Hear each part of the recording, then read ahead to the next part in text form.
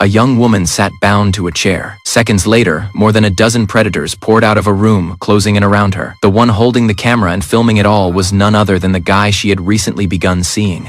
Later that evening, Lisa made it home and wept alone at her desk. Her mom came back and heard noises from inside, so she stepped in to see what was going on. Lisa hurried under the covers, acting as though she were asleep. She couldn't let her mom find out. The following morning, she mustered up the nerve to ask about relocating. Yet when her mom looked puzzled and pressed for answers, she dropped the subject. Out on the street by herself, she crossed paths with him again. The man who haunted her nightmares. Terror shattered her completely. She dropped to her knees in front of him, pleading for mercy, swearing she would stay silent forever. But he wasn't about to back off. He summoned his crew to box her in and shoved a bottle into her hands. She swallowed the liquid against her will as a vile grin spread across his face. The next morning, a set of photographs landed in her mom's hands. The horrible truth finally came to light. The woman was crushed by how badly she had failed her daughter. In the end, those responsible were caught and punished. Mother and daughter packed up and settled in a different city, turning over a new leaf. A decade slipped away. Lisa now worked as an educator. One night, after wrapping up an extra class,